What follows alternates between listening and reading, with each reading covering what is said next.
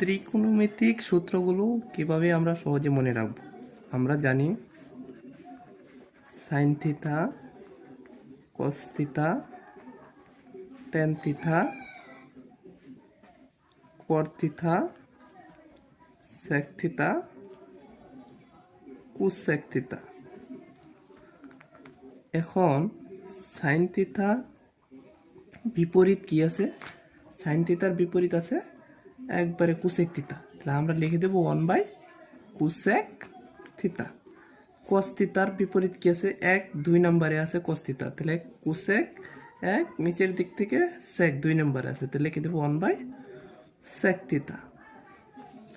Tan theta আছে, এখানে tan theta হচ্ছে 1, 2, 3 নম্বরে, তাই নিচের দিক থেকে 3 নম্বরে যাবো, 1, 2, 3, 1 by cot theta.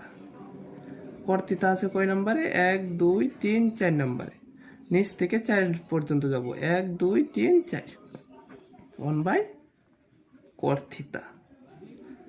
Sec theta আছে 1, 2, 3, 4, 5 নম্বরে, এর নিচের দিক থেকে যাব 5 নম্বর পর্যন্ত, 1, 2, 3, 4, 5, 1 by cos theta. Cosec theta হয়েছে সবার শেষে, তাহলে সবার প্রথমে কি আছে? Sine theta, 1 by sine theta.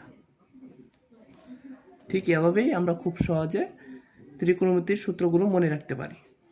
ধন্যবাদ সকলকে।